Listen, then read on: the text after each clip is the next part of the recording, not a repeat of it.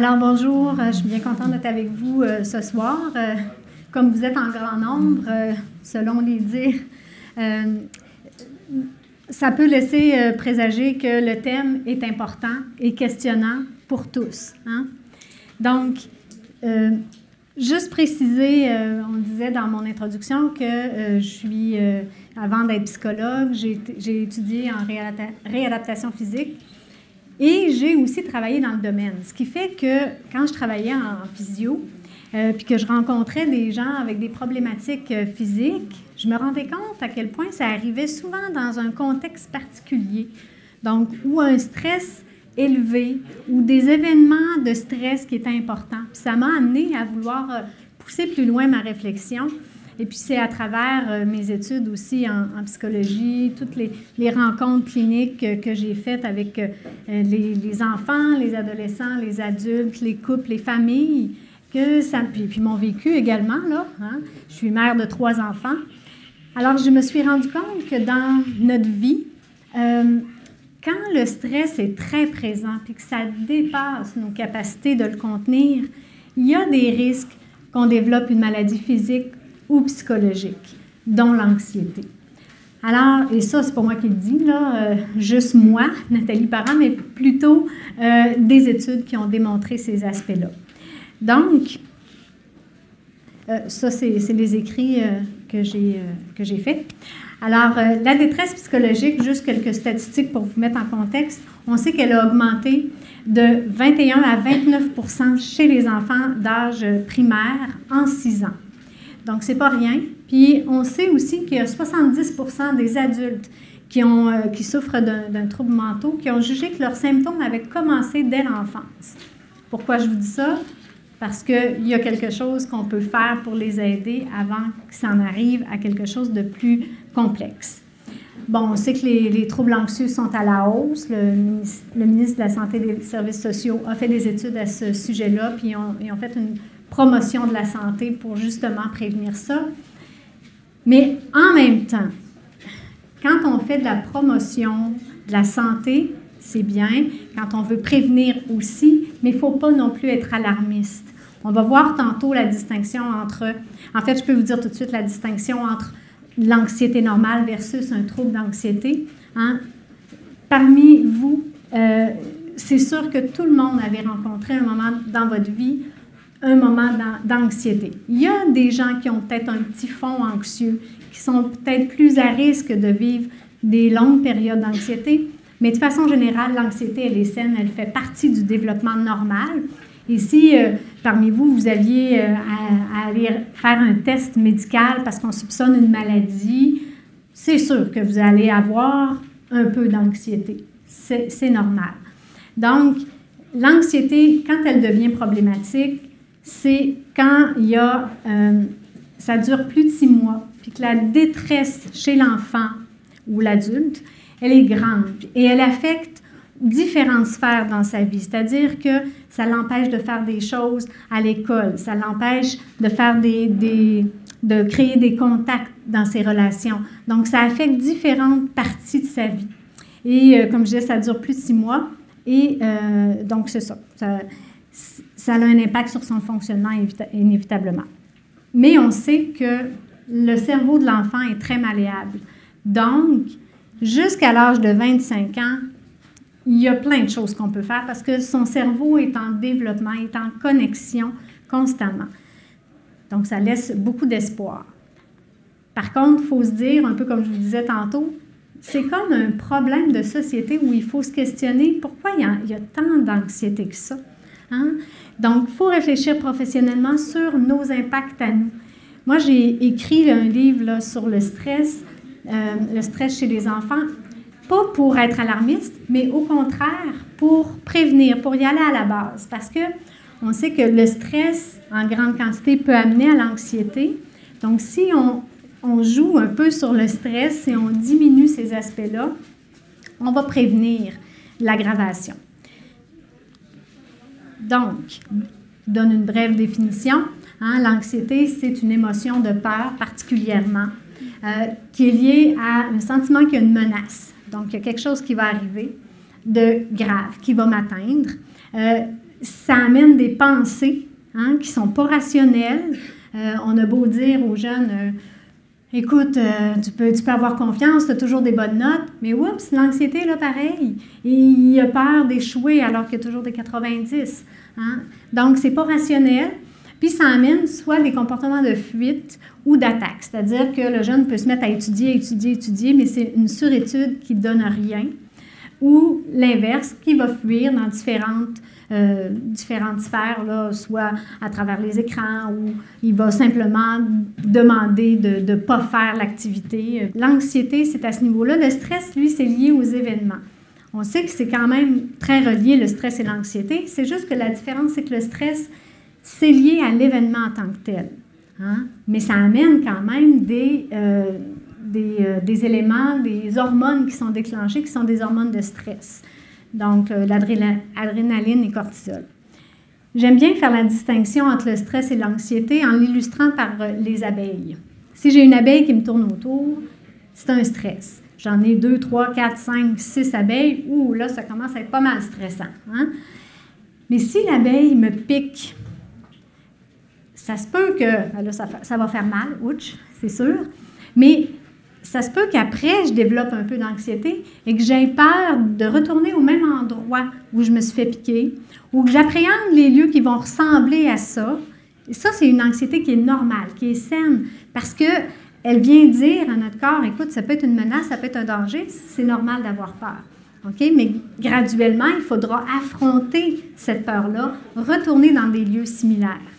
Plus l'objet, j'aime bien l'image ici, plus on est en bas de la montagne puis on voit la montagne comme haute et grosse, plus je me sens aussi petit, plus je risque de développer de l'anxiété. Donc, les deux aspects sur lesquels on peut travailler, c'est la perception que le jeune va avoir de l'événement stressant. Donc, quand on a un examen, par exemple, à présenter, il y a des choses qu'on peut dire pour faire en sorte que on ne lui montre pas que c'est un examen épouvantablement épouvantable.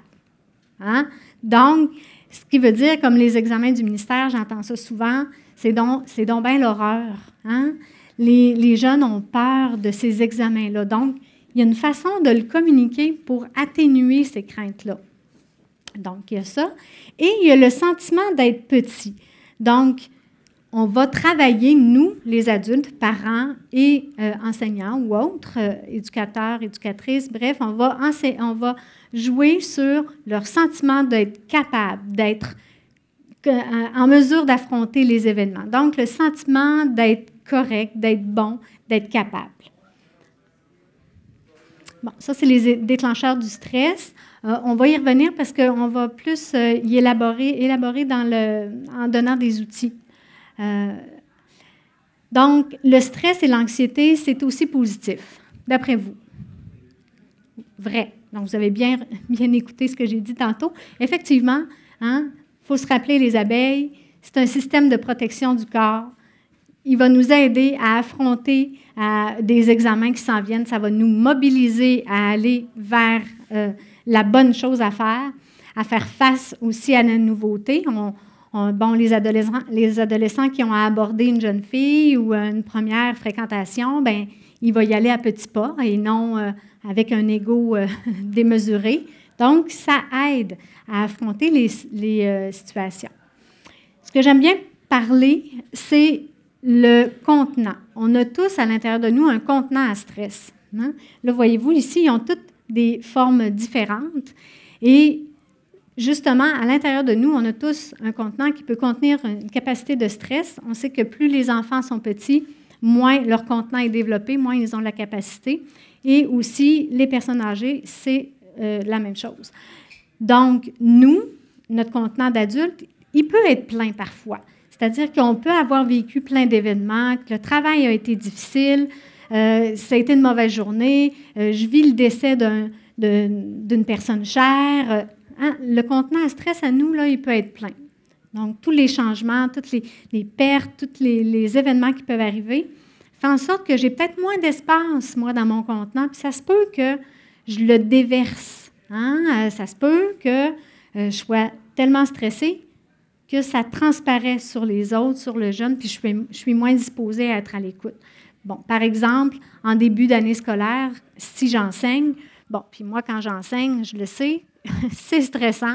Première fois qu'on rencontre le groupe, on ne sait pas à qui on a affaire, bon, on n'a pas encore établi de lien. Il y a un stress qui est normal, donc ça fait partie du stress et puis du début d'année. Donc, quand on peut le dire, on peut le nommer, ça désamorce un peu le stress. Ça ne veut pas dire qu'on ne sera plus stressé, mais ça veut dire qu'on est en train de partager un stress commun. Donc, le dire aux jeunes, aux enfants, ça se peut qu'on soit stressé, vous et moi, on ne se connaît pas, on va apprendre à se connaître. Bon, il y a un peu de stress, donc le nommer, ça désamorce un peu. Durant les examens aussi, durant les périodes de transition, quand ils reviennent, par exemple, du congé des fêtes, c'est un moment où ça demande de l'énergie pour reprendre, ou les fins d'année avec les examens. Donc, ce sont des périodes où on a peut-être un peu moins d'espace dans notre contenant à stress. Et là, ce que je vous dis ce soir, c'est je n'ai pas la prétention de vous dire que j'ai la réponse absolue à l'anxiété dans nos écoles, mais c'est des pistes de réflexion. Si ça vous parle et puis que vous pouvez le transposer, tant mieux, mais ayez en tête qu'il y a autant de façons d'agir face à l'anxiété qu'il y a de personnes qui vivent de l'anxiété. Moi, c'est ce que j'ai appris. Donc, on n'a pas une recette miracle, mais bien autant de recettes que de personnes qui existent. Et c'est ça qui est complexe, hein? C'est que dans un groupe, il n'y a pas juste une personne, il y a plusieurs personnes, puis il faut gérer avec toutes ces personnalités différentes-là à l'école. Donc, c'est ça qui rend la situation complexe et qui fait qu'on a besoin de vérifier, de valider, d'essayer des choses. Donc, le stress, c'est positif quand il nous pousse à agir, quand il nous pousse à réagir à quelque chose, à nous mobiliser, comme je vous disais tantôt, pour un examen, par exemple. Mais il est négatif quand il y en a trop, quand ça déborde, quand ça dépasse les capacités du corps à le contenir. Donc, soit en durée ou en intensité. Donc, où se situe la source? C'est ça qui est important de se questionner quand il y a un jeune qui est anxieux. Idéalement, on va s'assurer que le problème, ce n'est pas physique. Parce qu'on sait qu'il y a des problèmes physiques qui ont les mêmes symptômes que l'anxiété. Donc, quand il y a des symptômes d'anxiété, on ne saute pas aux conclusions. On va vérifier qu'il n'y a pas autre chose derrière ça. Est-ce que le problème se situe au niveau de la régulation des émotions? Parce que ça se peut. Hein? Des fois, on a ce qu'on voit qui est l'émotion, l'anxiété. Là, ici, dans l'image, on voit la colère. Mais en dessous, là, il y a toute une gamme d'émotions qui ne sont pas exprimées. Moi, j'ai vu régulièrement, et je vois régulièrement des jeunes et des adultes arriver avec de l'anxiété, mais en dessous de ça, c'est le contact avec la colère qui ne se fait pas. Ils ne se permettent pas, ils ne s'autorisent pas à être en colère. Et vous verrez dans vos milieux, quelqu'un qui est en colère, c'est sûr qu'il n'est pas anxieux. Il peut être anxieux avant ou après, mais sous l'effet de la colère, il n'est pas anxieux. Donc, si c'est à ce niveau-là que ça se passe, bien, là, il y a un travail qui devra être fait au niveau des émotions. Notre rôle à nous, comme adultes, c'est de tenter de le nommer le plus possible ce qu'on voit. Il y a des jeunes qui vont se mettre à être anxieux, qui vont se mettre à bouger en classe, autant des ados que des jeunes, parce que ce qu'ils vivent, c'est le sentiment de solitude.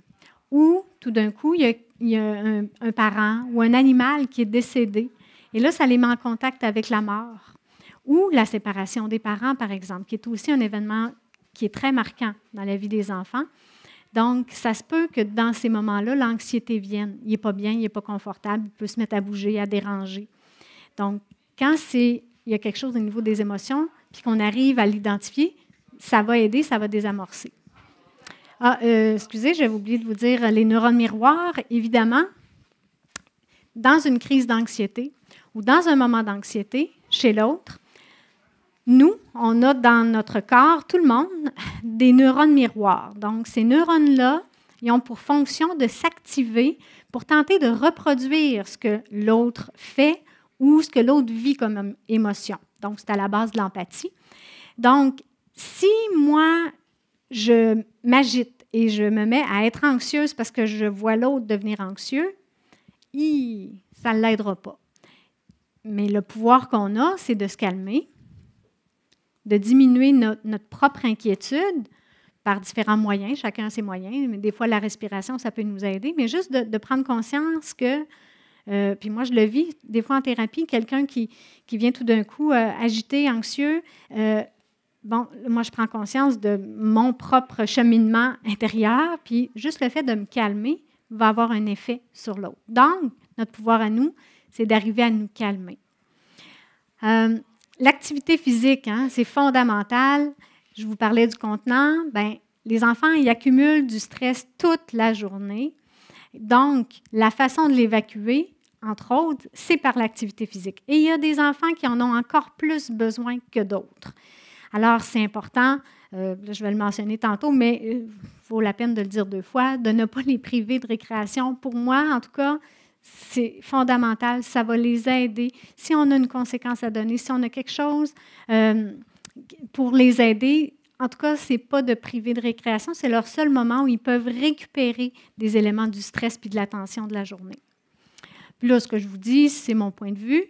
Vous en faites, comme je disais, ce que vous voulez. Le contrôle externe versus interne. Ça, souvent, il y a des enfants qui vont se mettre à dépendre de l'adulte, ils vont avoir peur, ils vont être anxieux, puis c'est comme toujours l'adulte qui donne la solution. Sauf qu'on ne les aide pas. Vous vous rappelez les 2 aspects, là? Faut qu'ils se fassent confiance, puis il faut qu'on leur fasse confiance. C'est ça qui va les aider. Donc, on va aller travailler sur la force qu'ils ont à l'intérieur d'eux, donc leur capacité. On va les consulter, on va voir avec eux comment tu pourrais faire. Bon, par exemple, pour un exposé oral, là, on peut comprendre, on peut nommer qu'ils ont peur, sont inquiets, puis on nomme toutes sortes de peurs, on les fait parler de leur peur. Mais après ça, on va leur dire, moi j'ai confiance, je sais que tu vas y arriver. Mais comment on va le faire ensemble? Ce serait quoi les étapes? Puis là, on peut faire, par exemple, OK, tu voudrais-tu te filmer? Puis à ce moment-là, on pourra le présenter. Veux-tu le faire devant 3 personnes? Puis après ça, on vise, l'objectif, c'est qu'il arrive à faire l'exposé oral. Parce que plus on évite l'objet de la peur, plus on renforce l'anxiété. Donc, l'idée ici, c'est de l'aider à affronter la peur. Alterner avec des activités de détente. C'est quelque chose qui peut aider parce que les enfants qui sont survoltés, qui sont toujours dans l'agitation, ça ne les aide pas. Bon, il y a des activités de détente comme la lecture, il y en a pour qui ça les aide beaucoup. Il y a des activités de détente, des exercices comme la respiration. On entend parler aussi beaucoup de la pleine conscience. C'est très bon, mais sachez qu'il y a des exercices de détente qui vont augmenter l'anxiété chez les enfants. Moi, c'est pour ça que j'ai créé un répertoire d'exercices de détente parce que je me dis, il y en a, qu'il y a des enfants qui ont besoin d'avoir des exercices plus actifs de détente, toujours dans la détente, mais plus actifs comme contracter, relâcher, où est-ce qu'on fait contracter les muscles, différentes parties du corps et le relâchement. Ça les aide à assimiler au niveau du corps l'effet de détente, sans être angoissés nécessairement parce qu'ils se sentent sur une partie qu'ils contractent. C'est un exemple parmi tant d'autres. Ensuite, l'hygiène de vie. Ça, on pourrait en parler longtemps. J'imagine que vous avez eu des conférences là-dessus. Mais le sommeil, c'est un des principaux facteurs là, qui peuvent amener à l'anxiété, mais aussi sur lequel on peut travailler, on peut aider.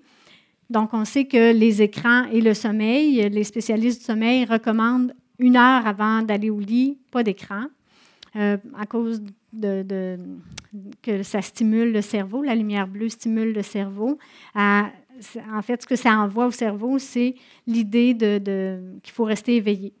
Il y a des nouvelles applications. C'est un jeune qui m'a appris ça, le Night Shift, qu'on peut retrouver sur une application qui permet d'avoir une lumière plus chaude, donc qui active moins la mélatonine au niveau du cerveau. Donc, il y a le sommeil, il y a tout ce qui touche l'alimentation. Par exemple, le sucre, la caféine, tous les excitants peuvent contribuer à un niveau d'anxiété. Ça donne les mêmes signes. Tout comme il y a des enfants qui vont faire de l'hypoglycémie. Quand je parle d'enfants, je parle d'adolescents aussi. Des hypoglycémies qui vont amener de l'anxiété. Donc, il y a ces aspects-là. Hein? Des fois, les enfants qui sont comme « Ah, là, j'ai faim », ils sont comme enragés. Mais des fois, ils ne savent pas qu'ils ont faim, mais ils sont juste comme dans une intensité parce que leur corps ne sont pas en contact avec ce qui se passe dans leur corps ou ne sont pas capables de le nommer. Donc, ça, c'est important aussi à aller voir. Oui, alors comment on peut aider les jeunes? Il y a beaucoup d'écoles qui ont, on entend un peu plus parler, là, de plus en plus. Vous avez vu sûrement un reportage dernièrement aux nouvelles qui montrait une école qui a fait un programme pour aller faire l'épicerie et faisait faire les mathématiques en allant faire l'épicerie. C'était tout un gros projet où est-ce que l'enfant, les jeunes devaient monter toute une liste d'épiceries pour les repas de la semaine, préparer, calculer, tout ça. En tout cas, c'était vraiment complet. Donc, on peut essayer de sortir du sentier battu pour essayer de les faire bouger, les jeunes. Il y a une enseignante que j'ai vue aussi dans un autre reportage qui montrait pour elle, c'était important 1 heure avant d'aller, pas 1 heure, là, ça devait être 20 minutes, j'exagère un peu, 20 minutes avant de commencer l'école, elle allait avec son groupe faire une marche extérieure, beau temps, mauvais temps, puis ils revenaient, puis après ça, elle trouvait qu'ils étaient plus concentrés. Il y a aussi tout un, comment il s'appelle, c'est Compan, c'est l'Institut de développement sur le développement de l'enfant par le jeu, qu'ils utilisent, qui développent en fait toutes sortes de stratégies pour comprendre l'enfant et l'aider en utilisant le jeu, donc dans son développement. Ici, on a justement un professeur qui utilise les jeux Compan. D'ailleurs, je pense que vous l'avez en référence là, dans votre feuille qui va vous être remise à la fin. Donc, lui, ce qu'il fait, c'est qu'il va faire ses cours à l'extérieur, dans les jeux, dans les modules de jeu. Les enfants doivent monter, gravir, mettons, ici, les genres de... C'est pas des cubes, là, mais c'est des surfaces, puis ils doivent aller calculer les aires. Et donc, ils ont à monter, à mesurer. Donc, c'est toujours dans... Il fait la classe extérieure. On voit bien que ce n'est pas ici au Québec en pleine neige. Donc, il va faire la classe dehors pour les faire bouger, les faire travailler en ce sens-là. Donc, miser sur les forces du jeune, entre autres par l'apprentissage, par le plaisir. Les jeunes, ils nous apprennent. Hein? Nous, on est des adultes, souvent on est très raisonnables, très sérieux. On oublie un peu l'importance du plaisir, du rire, du jeu. Eux, ils nous ramènent là-dedans. Il y a un livre qui a été écrit par Jean-Luc Tremblay, « Performance par le plaisir », où est-ce qu'il rapporte toutes sortes de solutions pour introduire le plaisir dans notre milieu de travail. Et il a vu à quel point il y avait une amélioration dans la performance en introduisant le plaisir dans les différents milieux de travail. Donc, avec les enfants, il y a des études qui ont montré que les enfants danois étaient un peu plus matures et plus heureux grâce à l'éducation qui était axée sur le jeu libre, le jeu de rôle, l'empathie, développe beaucoup l'empathie. Je ne sais pas si vous avez vu passer ça sur le web, mais on en parle beaucoup. Et aussi sur le vrai, donc sur les contes. Ils utilisent, entre autres, ici, c'est un module de jeu où est-ce qu'on voit le conte. Hein, ici, c'est la petite sirène. Et ils sont très axés là-dessus. Nous, ici, on est plus dans les contes à la Walt Disney. Dans les contes danois, on parle des vrais contes, là, des origines, où est-ce qu'il y en a qui meurent. Puis, entre autres, je pense que c'est la petite sirène qui finit par mourir d'ennui parce qu'elle n'a pas eu son prince, etc. Donc, c'est important d'aller parler des vraies affaires avec les jeunes. Hein? Nous, dans notre société, on n'en parle pas beaucoup là, de la mort, on ne parle pas beaucoup de ce qui est désagréable comme émotion, mais au contraire, plus on va en parler, plus on va désamorcer ces anxiétés-là. Mais encore faut-il que, comme adulte, on soit un petit peu confortable avec l'idée. Hein? Donc, quand on parle de ces vraies affaires-là, qui font partie de la vie, évidemment, on vient diminuer l'anxiété. Autour de 8 ans, entre autres, il y a une période où est-ce qu'ils s'intéressent, où ils s'interrogent beaucoup face à la mort. Puis à l'adolescence, ça fait partie aussi d'un questionnement important. parce qu'ils sont de plus en plus conscients aussi à quel point ça fait partie de la vie. Donc, si on peut en parler, oser ouvrir là-dessus, ça peut désamorcer bien des choses. Dans la classe, concrètement, je vous parlais tantôt des 4 composantes qui déclenchent le stress. On sait que, en fait, le Centre d'études de recherche humain sur le stress a développé cet acronyme-là, le CINE, C-I-N-E, qui, les 4 premières lettres du mot contrôle, I, imprévisibilité, N pour nouveauté, puis E pour ego menacé. Donc, ce sont 4 éléments qui, quand ils sont atteints, ça déclenche les hormones de stress dans le corps. Et plus il y a des éléments qui sont, en fait, ils s'additionnent, s'il y a plusieurs composantes qui sont réunies en même temps, bien évidemment, il va y avoir plus d'hormones de stress, plus de risques d'hormones de stress. Alors, comment on va faire pour donner un peu de contrôle aux jeunes? Moi, je vous donne des suggestions ici, mais il y en a une panoplie que vous pouvez utiliser, que vous pouvez réfléchir et créer vous-même, là. Mais faire des choix, faire choisir aux jeunes des choses. Bon, par exemple, dans la classe, on peut dire, bon, est-ce qu'on y va un peu pour les mathématiques aujourd'hui ou on y va un peu plus pour le français? Avec les jeunes, les adolescents, on peut leur demander, bon, est-ce que on voit tout d'un coup qu'ils sont comme plus fatigués, on leur dit, OK, est-ce qu'on est dû pour une pause? Bon, ça peut être une pause de 2 minutes où est-ce qu'on se lève, on s'étire, bon, peu importe, mais physiquement, on fait quelque chose. Donc, on peut leur faire choisir en tenant compte de leur capacité, de leurs limites. On peut aussi demander aux jeunes de devenir l'enseignant, c'est-à-dire que comme enseignant, on peut prendre une pause. On dit, OK, qui je vais choisir pour venir enseigner? Et souvent, on peut prendre celui qui a besoin de plus d'attention ou celui qui aime ça être en avant. Pourquoi pas? Hein? Peux-tu venir me montrer? Peux-tu nous montrer tel aspect, telle notion? Donc, on va partager un peu le pouvoir. Hein? Plutôt que d'être tout seul en avant qui décide, bien, on va partager ça ensemble. On va essayer aussi de donner du temps. En fait, pas on va essayer, mais il y a des écoles qui ont choisi de donner du temps pour faire des devoirs à la fin d'une journée. Il y a une période de devoirs. Je trouve que ça leur donne un certain contrôle sur leur soirée ou, en fait, c'est une période où est-ce qu'ils peuvent prendre une pause comme ils peuvent choisir de faire leurs devoirs. Bon, je vous ai parlé de ne pas priver de la récréation. Hein? Faut qu'ils bougent, il faut qu'ils dépensent. On peut aussi leur donner le choix de faire une conséquence active. Quand je donnais une conférence il y a quelques jours sur les conséquences actives, je disais, c'est important, des fois, il y en a qui ont besoin de bouger. Ben, allons-y avec le mouvement, puis donnons-leur, plutôt que de les faire asseoir pour réfléchir, bien, pourquoi pas leur demander de faire 5 push-ups, ils ont besoin de bouger? Fais des push-ups, fais-moi 5 jumping jacks, le tour de la cour. Puis quand je disais ça, il y a un professeur d'éducation physique qui m'a dit, « Ouais, mais là, il ne faudrait pas que ce soit une punition. » Il dit, « Moi, j'enseigne l'activité physique. Hein? » Bien, je dis, « Bien, certainement, vous avez bien raison.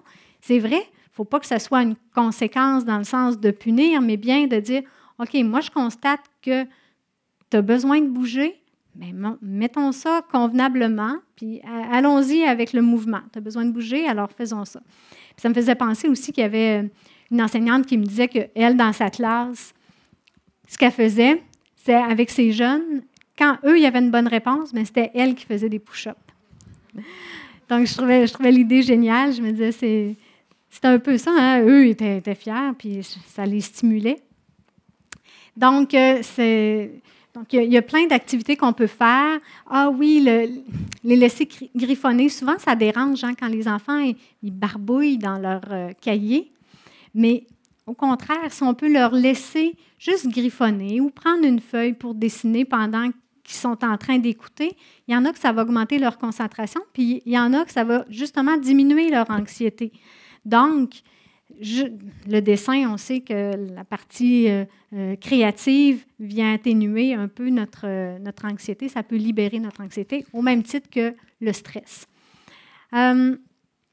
Donc, il y a les balles anti-stress aussi qui sont importantes pour certains. Besoin de bouger, ça va aider.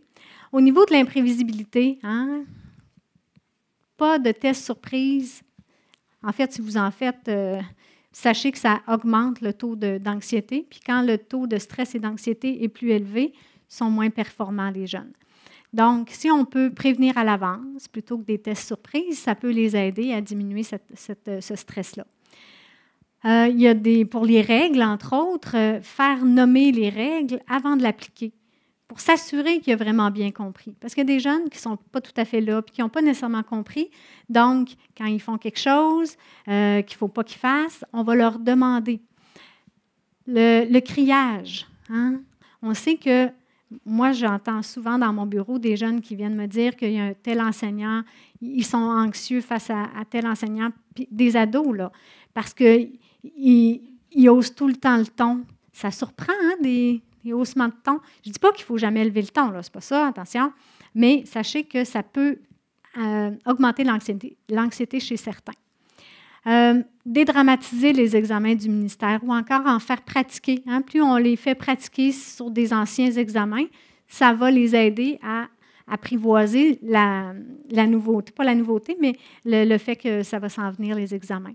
La nouveauté, elle, hein, faire des tests formatifs avant des tests sommatifs. C'est-à-dire que nous, à l'université, c'était ce qu'on se faisait dire. Si on veut vraiment évaluer une matière, il faut qu'on ait fait faire des exercices dans ce sens-là. Donc, on peut faire des examens qui ne compteront pas, mais qui vont être sous le même angle que l'examen sommatif, donc celui sur lequel on note à la fin. L'ego menacé. Hein? Souvent, les enfants, entre eux, ils peuvent, puis les ados encore plus, hein, ça peut jouer du coude, ça peut dire des affaires qui peuvent être assez stressantes, ou est-ce qu'ils peuvent se sentir ridicules. Donc, si on crée un climat de classe qui est assez agréable et respectueux, puis que nous aussi, on fait attention à nos dires, hein, premièrement, peut-être pas nommer le résultat tout haut ou ne pas mettre en ordre les notes pour dire que lui, c'est le dernier, c'est lui qui est le moins bon, hein, comprenez? Donc, il faut faire attention à l'ego de la personne, à son moi. Et amener des discussions en classe où est-ce qu'on peut parler ouvertement de ce stress-là ou encore d'un mauvais résultat. Ça va l'aider. Parler des peurs qu'on a aussi comme adultes parce que ça fait partie de la vie. Donc, quand on en parle, ça désamorce un peu, ça fait en sorte qu'ils ne se sentent pas tout seuls. Donc ça, j'en ai parlé tantôt, de le nommer, le stress du début d'année, puis de la fin de l'année, puis des activités. Donc, en tant qu'adulte, je vous laisse regarder un peu l'image, hein, ce que voit le père, ce que voit l'enfant, ce que voit la mère. Il y a un petit écart. Alors, pourquoi je vous parle de ça? C'est que il y a deux fonctions qui sont différentes. Hein? Il y a la fonction maternelle et la fonction paternelle. La fonction maternelle, elle, c'est celle qui, hein, on le sait, on l'a eu ici dans notre ventre. Bon, ça a une fonction enveloppante, protectrice. Hein? On va écouter, on va être empathique. Souvent, les mamans, ils vont comprendre donc l'anxiété de leur enfant. Mais il y a aussi la fonction paternelle qui, elle, est une fonction de dire, bien là, décolle un peu là, de maman, je voudrais bien retrouver mon amoureuse, mais décolle aussi un peu, t'es grand, vas-y, t'es capable. Hein, c'est celui qui va donner souvent des jeux qui sont plus vieux que l'âge finalement de l'enfant.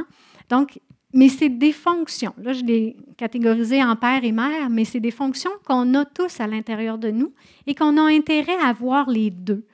Donc, celle qui va comprendre l'anxiété, qui va nommer sa peur, qui va lui dire « je comprends, c'est vrai, c'est stressant, ça peut faire peur », mais l'autre partie qui doit aussi, chez la même personne, dire « OK, maintenant qu'on l'a nommé, qu'est-ce qu'on fait avec ça?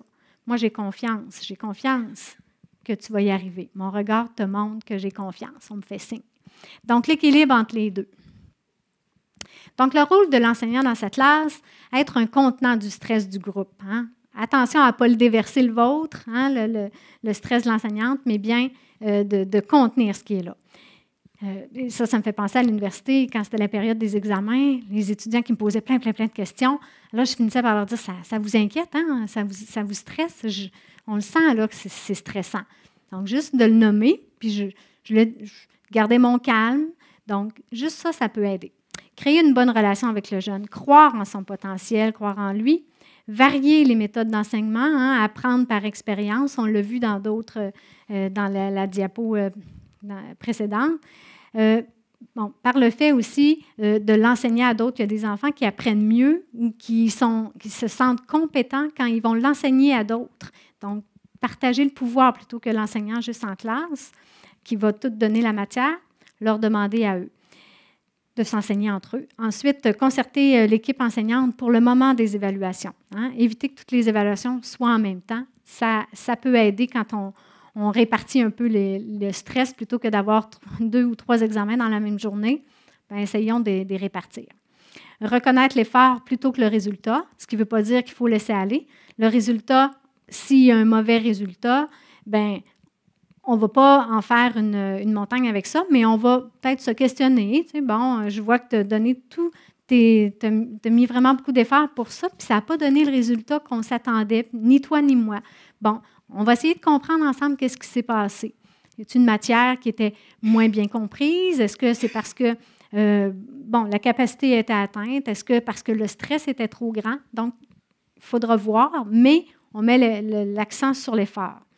Ça, on l'a dit. Nommer les émotions aussi, on en a parlé. Même les émotions qui sont désagréables, comme la jalousie, la compétition, il y en a. Pratiquer un exercice de détente régulièrement, puis laisser la possibilité aux jeunes de le faire avant l'examen, ça peut aider. Il y a des liens que vous retrouvez aussi sur votre feuille qui sont bien utiles. Bon, il y a celui, l'Institut comme je vous disais, sur le développement de l'enfant par le jeu. Donc ici, qui est Compan. Il y a Multiressources Québec, il y a plein de documents aussi là-dessus et des professionnels qui peuvent vous aider. L'Ordre des psychologues peuvent aider pour l'anxiété, évidemment. Les éditions Midi 30 qui ont des bons outils. D'ailleurs, j'en ai apporté plusieurs là, qui peuvent aider à la concentration, à l'anxiété également.